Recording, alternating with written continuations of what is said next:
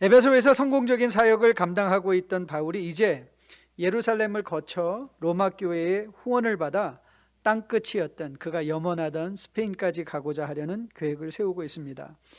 작은 성공에 안주하지 않고 복음을 향한 원대한 비전을 쉼 없이 가지고 앞으로 전진하는 우리가 바울을 바라보게 됩니다. 그런데 바울은 에베소에서 직접 예루살렘으로 가려 하지 않고 이 마게도니아 지역에는 빌립보와 데살로니가와 또 베레아 교회가 있고 아가야 지역, 고린도 교회를 거쳐서 돌아가려고 합니다. 왜 먼 거리를 이렇게 마다치 않고 돌아가려 하였을까? 바울의 의도는 가는 길에 개척된 교회를 격려하고 그들을 세워주고 싶어 하였던 마음뿐만 아니라 더불어 교회들을 통하여 예루살렘 교회를 돕기 위한 연보를 수령하고자 함이었습니다. 여러분, 사도행전 11장에서 이런 일이 있었던 것 기억하실 것입니다. 그때의 선지자들이 예루살렘에서 안디옥에 이르니 그 중에 아가보라 하는 한 사람이 일어나 성령으로 말하되 천하에 큰 흉년이 들리라 하더니 글라우디오 때에 그렇게 되니라. 제자들이 각각 그 힘대로 유대에 사는 형제들에게 부조를 보내기로 작정하고 이를 실행하여 바나바와 사울의 손으로 장로들에게 보냈다. 예루살렘에 처한 여러 가지 기근과 재정적 어려움은 단회적인 사건이 아니었던 것 같아요. 계속해서 바울이 교회들의 연보를 수령해서 유대에 있는 예루살렘 교회를 돕고자, 그래서 오늘 바울의 목적은 세워진 교회들을 돌아보며 제자들을 격려하고 교훈하며 세워줄 뿐만 아니라 비록 먼 길이다 할지라도 예루살렘 교회를 더 효율적으로 돕기 위하여 각 교회를 직접 방문하여 연보를 수령코자 함에 있었던 것을 보게 됩니다. 하지만 늘 그렇듯이 모든 일은 바울이 계획한 대로 일어나지는 않습니다. 오늘 바울이 에베소를 떠나려는 즈음에 에베소에서 일어난 적지 않은 소동, 그러면 큰 소동이란 뜻 아닙니까? 큰 소요와 소동이 일어났다는 것을 누가는 아주 비교적 자세하게 적고 있는 것을 보게 됩니다. 사도행전 역사에 다른 일도 많이 있었을 터인데 다른 곳에서 유대인들에게 당한 여러 가지 고난의 기록들도 많이 있었을 터인데 왜 누가는 이 사건을 이렇게 자세하게 아주 상세하게 기록하고 있을까? 자, 여러분에게 늘 성경은 역사적으로나 언어적으로나 시대적으로나 좀 복잡해 보이는 것 같다 하지만 성경이 말하고 싶어하는 메시지는 매우 단순하다고 말씀드렸어요. 그러니까 여러분이 어떤 본문을 열 때마다 어떤 본문을 할 때마다 늘 염두에 두어야 할 네 가지 질문 기억하시죠? 성경이 우리에게 정말 알려주고 싶은 것은 하나님이 어떤 분인가, 그렇죠? 창조주된 하나님이 어떻게 일하시는가, 하나님에 대해서 알려주고 싶어 하고요. 그 다음에 알려주고 싶어 하는 건 인간이에요. 인간. 도대체 인간은 어떤 존재인가.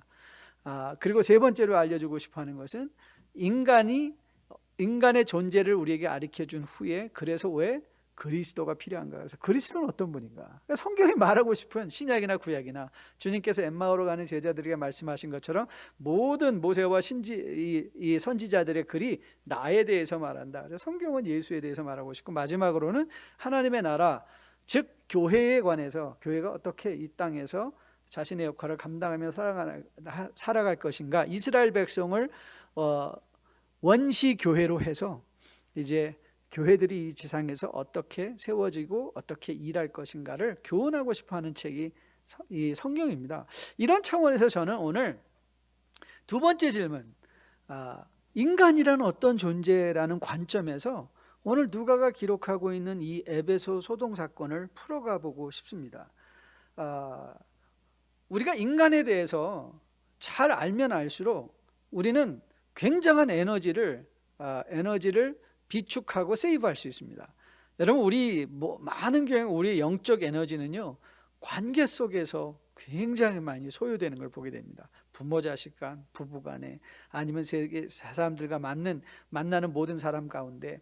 그런데 우리가 인간의 존재에 대한 분명한 이해가 있다면 우리가 정말 써야 될 감정의 에너지를 필요한 곳에 집중할 수 있게 되죠. 그렇죠? 필요하지 않은 것은 어떻게 되면 무시하면 되는 거예요. 간과하면 되는 거죠. 오버루킹. 이 굉장히 중요한 개념 중에 하나인데요. 우리가 필요하지 않은 관계는 오버루킹하고 필요한 관계에 집중하고, 다시 말하면 우리가 인간을 알면 알아갈수록 우리가 정말 필요한, 정말 우리의 영적인 에너지를 집중해야만 하는 그리스도와의 관계에 집중할 수 있게 된다는 사실입니다. 저는 이런 차원에서 오늘 여러분과 제가 만나는 이 사람들이 여러분과 저에게 우리가 맺고 있는 모든 관계들의 거울들이 되었으면 참 좋겠습니다. 아, 인간들은 이런 존재구나. 이런 깨달음이 우리의 마음에 있다면 여러분과 저가 더 효율적으로 이 세상에서 많은 사람을 만나고 살아가지만 그 만남 가운데 그 만남이 오히려 우리를 격려하고 세우고 그리고 더 그리스도께로 가까이 나가게 하는 그런 관계로 세워질 것으로 믿습니다. 오늘 본문에는 4가지 부류의 사람들이 등장하고 있는 것을 보게 됩니다. 먼저는 바울과 그 바울의 교회의 동료들이죠. 동료들이 등장하고 있고요. 그 다음에 분명한 이름으로 데미드리오라는 사람이 또 등장하고 있는 것을 보게 됩니다. 아울러 3번째 등장하는 사람은 군중들입니다. 군중들이 이제 등장하고 있고요. 마지막으로는 이름은 밝혀지지 않았지만 서기장이 등장하고 있습니다. 그래서 오늘 말씀의 의미상 저는 바울과 바울의 친구들을 제일 나중에 다루고 먼저 데미드리오라는 사람을 살펴보는 것으로 시작하면서 인간은 도대체 어떤 존재인가에 대한 이해의 폭을 말씀을 통해서 한번 넓혀보기를 원합니다. 오늘 누가는 본문에서 데미드리오를 이렇게 소개하고 있습니다. 그의 생업이 은장색이었다. 실버스미스라고 소개합니다. 그런데 이 사람은 직공을 여러 거느린 아마 중소기업의 사장쯤 정도 되는 사람이 아니었나 상상을 해봅니다. 그리고 그가 함께 비슷한 업종에 종사하던 사람들과도 많은 관계를 맺고 있었던 사람인 것을 보게 되죠.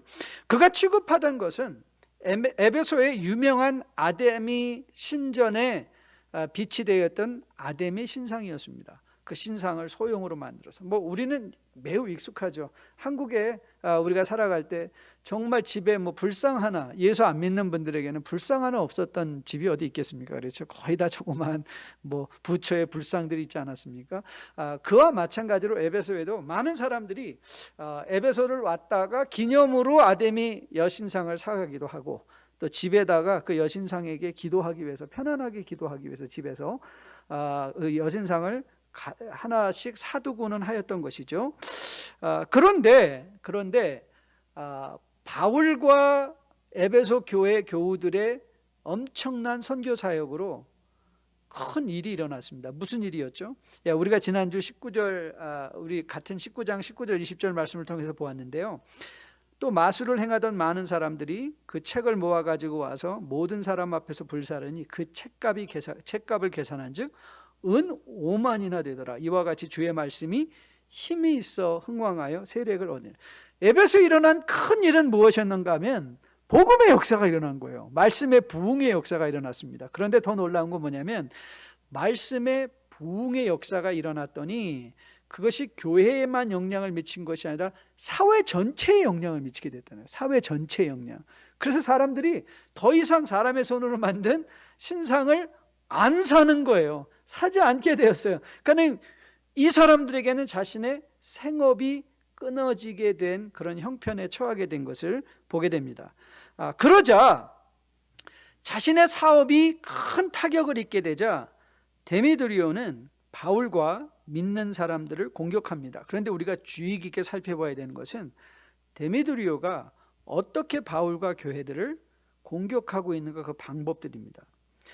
우리는 이미 데미드리오의 중심에 있는 그 마음을 잘 알고 있습니다. 그 중심에 있는 마음이 뭐였었죠? 근데 자기가 지금 손해보고 있는 것에 대한 엄청난 분노를 느끼고 있는 거죠. 자기의 생업이 끊겨지게 대한 불안감, 자기의 생업이 공격당하고 있는 것, 아니면 빼앗길 것만 같은, 망하게 될 것만 같은 그런 마음의 분노가 교회를 향하여 서 있는 것을 보게 됩니다. 그런데 자기의 동료 업종 사람들을 모을 때는 뭐라고 말했죠? 예, 맞습니다. 우리 생업이 이제 끊어지게 됐다. 그냥 우리가 일어나서 봉기하고 싸워야 된다. 그러나 그가 온 군중을 선동할 때는 어떻게 말을 했죠? 네, 그가 군중을 선동할 때는 이 사람들이 에베소를 무시한다. 아데미 신을 무시한다. 라고 선동하고 있는 데미드리오의 모습을 보게 됩니다. 자, 이런 사람을 가리켜서 한국말에 아주 적절한 표현이 있습니다. 이런 사람을 우리는 표리가 부동하다는 거예요. 속마음은 이기적인데 겉으로는 도시를 위하는 것 같은, 그렇죠? 도시를 위하고 아데미를 위하는 것과 같은, 그러나 그의 중심에 들어가 보면 중심에는 이기적인 욕심밖에 없는데, 그런데 겉으로 드러나는 것은 무언가 대의를 위한, 에베소 시를 위한 큰 일을 하고 있는 것처럼 사람들을 선동하고 있는 것입니다. 여러분, 이 겉과 속이 다른 것, 바로 오늘 데미드리오가 우리에게 보여주고 있는 인간의 모습입니다. 그런데 우리가 경고에서 말씀을 보아야 될 것은, 경고받으며 말씀을 보아야 될 것은, 이건 단지 데미드리오의 문제만 아니라는 것이죠. 인간이 죄를 지어서 가장 먼저 한 일은 무엇이었습니까? 나뭇잎을 여어 치마를 만드는 거예요. 치마를 만들었다는 것은, 이거는 상징적인 의미로서 이제는 내가 내 안에 있는 마음을 상대방에게 감추겠다는 거죠. 그뿐만 아니죠. 그들이 하나님의 낯을 피하여 숨었을 때 우리는 하나님과의 관계 속에서 우리의 마음의 중심을 알게 하려 하기보다는 우리는 스스로 겉으로, 그렇죠? 그래서 가인이 너의 안색이 왜 이렇게 변했느냐라고 했을 때, 내가 그리고 네 아우는 어디 있느냐라고 했을 때 마치 아무 일도 없었던 것처럼, 그렇죠? 그 중심에는 그 동생의 피가 흐르고 있는데, 그러나 내가 동생을 지키는 자이니까 아무 일도 없는 것처럼 나가죠. 아무 일도 없는 것. 여러분, 오늘 데미드리오가 우리에게 보여주는 인간의 모습은 뭐죠? 네, 인간은 이중적이라는 거예요. 이중적인 모습. 근데 여러분, 이 이중적인 모습은 단지 세상 사람의 문제만은 아닙니다. 바울이 로마서 7장에서 탄식하고 신음하는 이 말을 한번 들어보십시오. 그러므로 내가 한 법을 깨달았노니 곧 선을 행하기 원하는 나에게 악이 함께 있는 것이라. 이건 예수를 믿은 바울이 하고 있는 말이에요. 내 안에 두 가지 마음이 있다. 내가 안에 두 가지 마음이 있다. 내 지체 속에서 한 다른 법이 내 마음의 법과 싸워 내 지체 속에 있는 죄의 법으로 나를 사로잡는 것, 죄의 법에 사로잡힌 나의 모습이 있다는 거예요. 성령의 법과 죄의 법에 사로잡혀 있는 두 가지 모습이 내 안에 있다. 여러분, 이것이 인간의 본질적인 이중적 모습인 거예요. 그래서 데미드리오는 우리에게 인간에 관련돼서 두 가지 교훈을 우리에게 제시합니다. 가장 먼저는 인간의 이중적인 모습을 보고 놀라지 말라는 거예요. 놀라지 마십시오. 여러분이 주변에 혹이라도 이렇게 표리가 부동한 사람을 만났다. Don't be surprised. 그리고 여러분, 이런 말도 우리 이제 하지 맙시다. 나는 그 사람이 그럴 줄 몰랐어. 나는 목사님이 그럴 줄 몰라. 장로님이 사람이 저럴 줄 몰라. 여러분, 제가 오늘 말씀드릴게요. 인간은 여러분이 최악으로 생각하는 것보다 더 악해질 수 있는 존재인 것을 여러분이 마음에 꼭 기억하실 수 있기를 주님의 이름으로 축복드립니다. 그래서 여러분, 우리는 인간 속에서 아무런 가능성을 발견하지 않습니다. 오히려 인간의 모습은 우리에게 왜 그리스도가 절실하게 필요한지를 보여주는 겁니다. 여러분이 주변에서 만나는 모든 사람들은 그래, 그러니까 예수가 필요하지. 여러분, 바울이 자기 자신에 있는 이중적인 모습을 보면서, 그래서 바울이 사모한 게 뭐였죠? 주님, 그래서 제가 예수님이 필요합니다. 예수님이 필요합니다. 그리스도 안에는 정죄함이 없습니다. 저는 여러분과 저가 다시 한번 이 인간에 대한 분명한 이해, 여러분의 주변에 이중적인 포리부동하게 속이고자 하고 여러분을 해하고자 하는 사람을 만날 때 당연한 것으로 여기고 놀라지 아니하시며, 오히려 그런 사람들을 위해서 주님, 저들에게 예수가 필요합니다 라고 기도할 수 있는 마음의 여유가 있게 되기를 주님의 이름으로 축복드립니다. 두 번째는요, 데미드리오가 우리에게 보여주는 또 하나의 사실은 뭐냐면, 그러나 데미드리오 그 자신이 이중적이라고 인정하지 않는다는 거예요. 그건 우리 인간의 모든 본성의 문제이기도 합니다. 여러분, 원죄의 가장 중요한 특징이 뭐라고 그랬죠? 네, 주관성이에요. 그래서 요즘 한국 신문만 펴면 나오는 사자성어, 새롭게 생긴 사자성어 아시죠? 내로남불, 내가 하면 로맨스고 남이 하면 불륜이다. 다 나를 기준으로 해보니까 여러분, 이런 이중적인 마음속에 기준까지도 없어진 상태가 바로 기준이 나에게 맞춰진 상태예요. 여러분, 주님께서 이 땅에 오셔서 하셨던 일을 바울이 설명하며 에베소서 2장에서 이렇게 주님의 사역을 요약적으로 설명합니다. 에베소서 2장 14절인데요. 그는 우리의 화평이신지라 둘로 하나를 만드사 원수된 것 그 중간에 막힌 담을 자기 육체로 하시고 법조문으로 된 계명의 율법을 폐하셨으니 이는 이 둘로 자기 안에서 한 세 사람을 지어 화평하게 하시고 또 십자가로 이 둘을 한 몸으로 하나님과 화목하게 하려 하셨다. 여러분, 이 말씀은 분명히 바울이 언약에 관해서 설명하며 언약 밖에 있던 외인이었던 이스라엘 나라 밖에 있던 너희를 그리스도의 십자가의 보혈로 그리스도 안에서 하나님의 한 자녀가 되게 하는 새 사람을 지으셨다라는 것인데요, 이건 단지 이런 집단적으로 인종적으로 뿐만 아니라 우리 안에 있는 두 마음도 마찬가지예요. 우리 안에서 그리스도께서 하시는 일이 뭔가 죄의 법을 없이 하시며 지속적으로 하여금 우리를 그리스도를 바라보게 하시는 일. 그래서 여러분, 우리 신앙의 핵심은 뭐냐? 그리스도를 만나고 그리스도를 바라보는 거예요. 그게 핵심이에요. 사람은, 근데 우리 눈에 사람이 더 보이죠. 근데 여러분, 하나님께서 여러분의 주변에 준 그 많은 사람들은요, 그 사람을 통해서 그리스도를 보라고 주신 표적인 것으로 믿습니다. 인간의 이중성, 데모디오를 통하여 확인받은 인간의 이중성을 마음에 다시 한번 기억하시면서 이중적인 인간의 모습, 이기적이고 그럼에도 불구하고 자기 이기적인 마음은 숨기고 마치 대의를 가지고 얘기하는 것과 같은 그런 사람들을 만날 때 놀라지 마시고 오히려 그들을 위해서 기도하시되 내 안에 있는 이중적인 마음도 살펴볼 수 있는 그리스도가 내 인생에 분명히 기준이 돼요.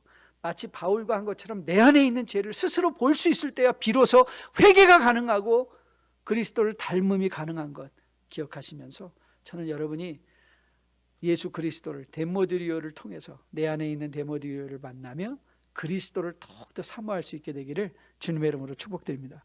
두 번째 만나는 사람은 군중들입니다.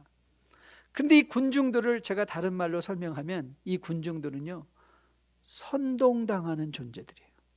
선동당하는 존재. 여러분, 기가 막힌 구절이 32절 말씀입니다. 32절의 말씀에 뭐라 나와 있죠? 사람들이 외쳐 어떤 이는 이런 말을 어떤 이는 저런 말을 하니 모인 무리가 분란하여 태반이나 함께 읽어볼까요? 어찌하여 모였는지 알지 못하더라. 아데미의 큰 신이다, 아데미의 큰 신이다 그러면서 무슨 일이야, 뭐 일 났나 봐. 그리고 사람들이 막 모였어요. 막 모여서 자기들도 막 아데미가 신이다, 큰 신이다, 큰 신이다 막 외쳤는데 어떤 사람이 문득 이런 생각을 했던 것 같아요. 근데 우리 여기 왜 있어요? 거기서 2시간이나 넘게 소리 지르며 연극장에 달려 들어가서 목이 쉬어더라 이 외쳐댔는데 이 사람들은 거기 있는 이유조차 모르는 선동당한 존재인 거예요. 여러분 혹시 기억하실 분 계실지도 모르겠어요. 제가 소개한 동물의 왕국, 동물의 세계 중에는 인간과 함께 유일하게 자살하는 동물이 있다고 그랬죠. 그 자살하는 동물이 나그네 쥐로 알려진 레밍이라는 들쥐들이에요. 이 들쥐들이 어느 때가 되면 절벽에서 떨어져서 다 자살을 하는 거예요. 동물학자들이 굉장히 신기했어요. 아니 이것들이 무슨 스트레스를 받는다고, 아니 쥐들이 무슨 스트레스를 받는다고 저렇게 집단으로 자살까지 하나 살펴보았어요. 그런데 그 원인이 아주 놀라웠어요. 이 레밍은요, 초식동물이에요. 사초석이라는 식물을 먹이로 하는데 이 쥐들이 집단적으로 그리고 직선으로만 움직이는 존재돼요. 앞만 보고 가는 거예요. 앞만 보고. 그러니까 앞에 있는 쥐가 가면 따라가는 거예요. 그렇죠? 그래서 가다가 이렇게 들판에 있어서 자기들이 먹을 먹거리가 생기면 거기서 천천히 좀 먹으면 되는데 막 오다 보니까 뒤에 쥐들이 앞에 있는 쥐들을 어떻게 해요? 미는 거예요. 그러니까 미니까 왜 밀어? 그러면서 가는 거예요. 왜 밀어 가고 뒤에 있는 쥐들은 앞에 쥐들이 가면 그래 좀 먹고 가지 그러면 되는데 왜 가? 그리고 또 따라가는 거예요. 그러다가 계속 그렇게 쉼 없이 가다가 절벽에 이르러서 멈춰야 되는데 멈추지 못하고 뒤에서 밀려서, 오늘 여기서 보면 알렉산더도 뒤에서 밀렸다고 그랬죠. 누군가 밀어서 알렉산더를 내보냈다고 했잖아요. 연극장으로. 마치 밀려서 결국 죽고 마는 거예요. 이 레밍을 연구하면서 집단 심리학자들이 이것을 군중 심리라고 했어요. 서서 자기 것 먹으면 되는데 앞에 있는 거 쫓아간다는 거죠. 여러분, 들쥐가 레밍들이 무지하기 때문에 그럴까요? 아니에요. 여러분과 저 안에도 이 군중들이 살아있어요. 선동당하는 거죠. 선동당하는 거예요. 여러분, 광고의 목표가 뭔지 아세요? 제가 마케팅 책을 읽는데 광고의 목표가 이거래요.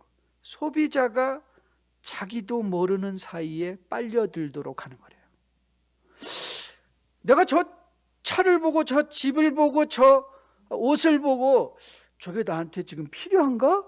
생각도 안 하고 그냥 빨려 들어가는 거예요. 누구도 입잖아. 저 사람도 입잖아. 누구도 가졌잖아. 누구도 타잖아. 누구도 하잖아. 그러니까 뭐예요? 나에게 그게 정말 필요한가? 라는 생각을 해볼 여유도 없이 그냥 함께 소리 지르고 함께 사고 함께 열심을 내는 거예요. 그런데 향하고 가고 있는 곳은 절벽이에요.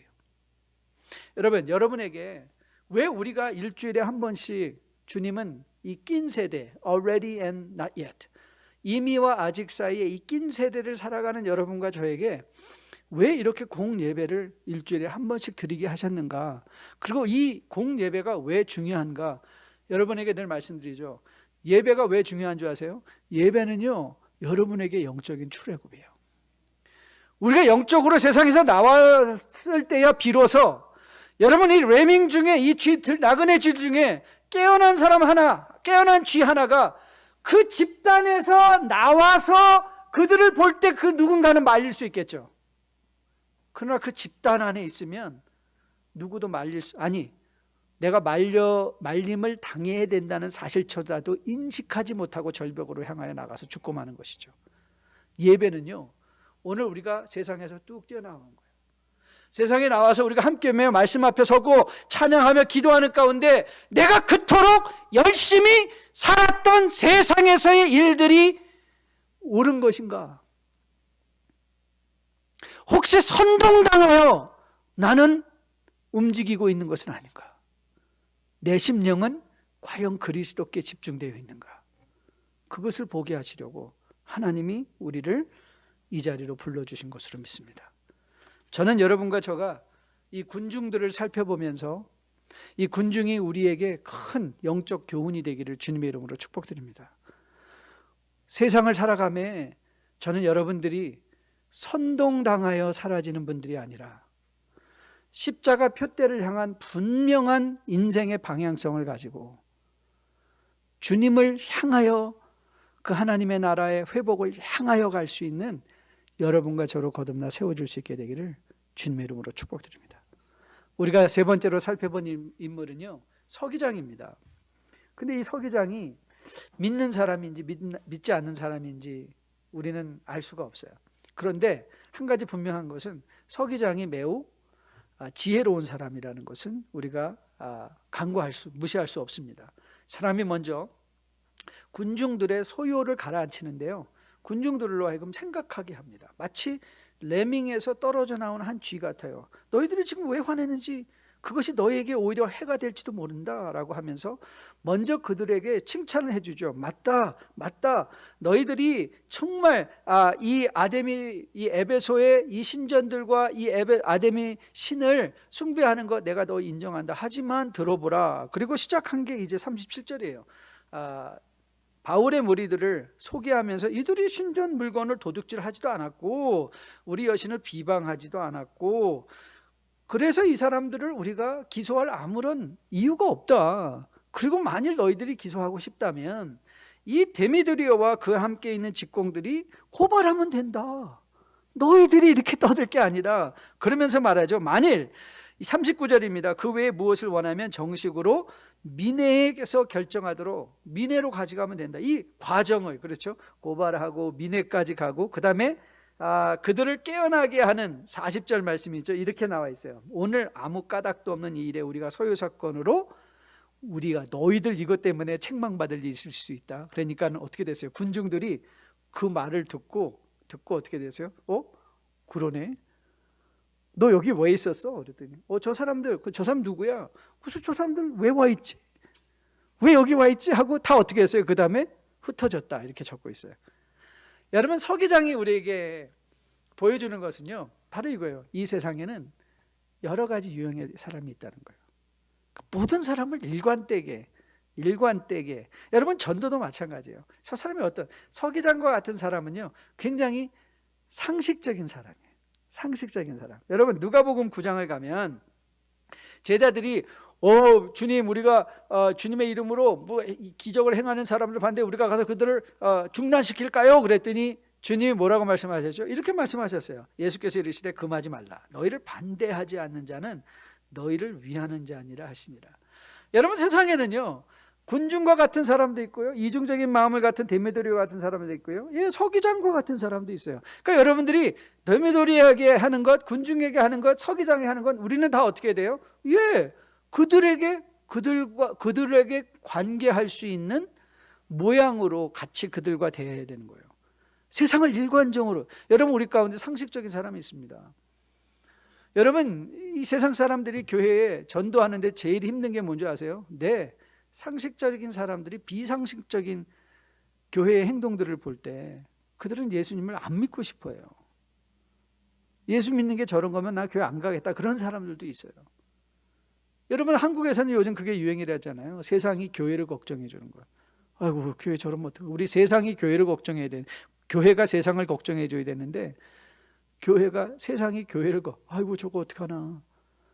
여러분, 이 주객이 전도된 상황, 왜 그럴까요? 우리는 사회 속에 이런 상식적인 서기장 같은 사람이 있다는 것을 인정하고, 우리는 그런 사람들을 존중하며 그들과 대화의 끈을 놓치지 않고 우리 안에 있는 분명한 복음을 가지고 그들과 대화하는 가운데 복음을 전할 줄 아는 여러분과 저 될 수 있게 되기를 주님의 이름으로 축복드립니다. 마지막 네 번째 사람들, 우리가 언급하고자 하는 바울과 그리고 바울의 동료들, 에베소 교회 교우들입니다. 흥분한 군중들이 바울과 함께 다니는 마게도냐 사람 가이오와 아리스다고를 붙잡아 연극장으로 들어갔습니다. 그리고 거기서 소리치고 그들을 위압하기 시작했습니다. 그러자 바울은 이런 동역자들을 홀로 보내고 싶어 하지 않았어요. 그래서 30절 말씀 보니까 바울이 백성 가운데로 들어가려고 했다고 해요. 저는 이 바울의 모습을 보면서 위험을 함께 할 수 있는 성도의 의리를 우리가 보게 됐습니다. 나이가 들어갈수록 저에게 가장 중요한 가치, 핵심은 의리더라고요. 의리를 지켜줄 줄 아는 것. 그렇죠?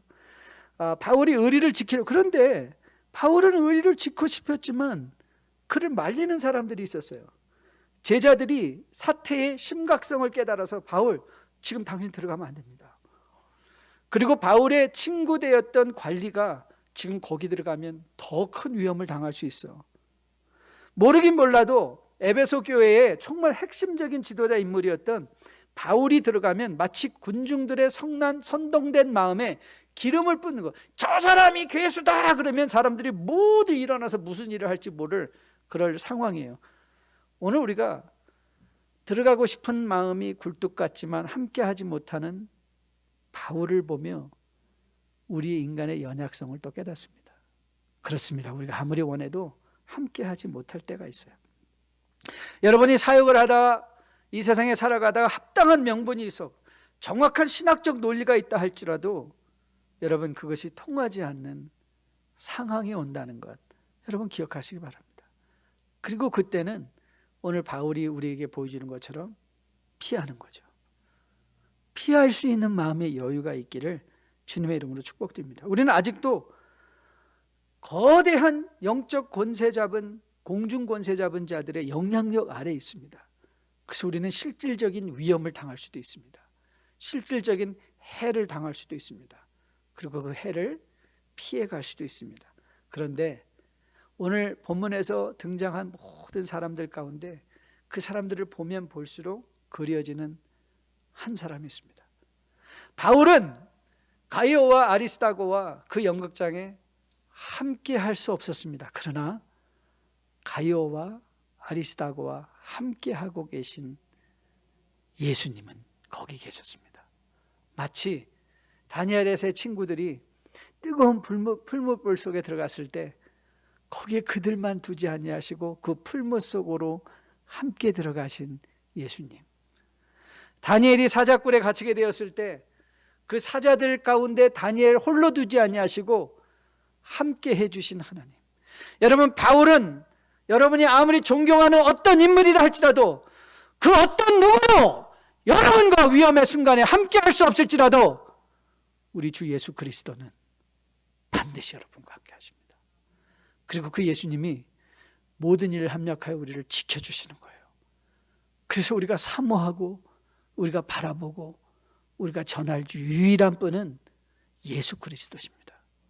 그래서 오늘 본문은 우리에게 선언하고 있어요. 데메드리오 같은 사람에게 예수가 필요합니다. 군중과 같이 선동되어 내가 무엇을 원하는지도 알지 못하고 바쁘게 정말 세상에서 앞만 보고 살아가는 우리들에게 기준 되신 예수 그리스도가 필요합니다. 서기장 같은 사람에게도 예수 그리스도가 필요합니다.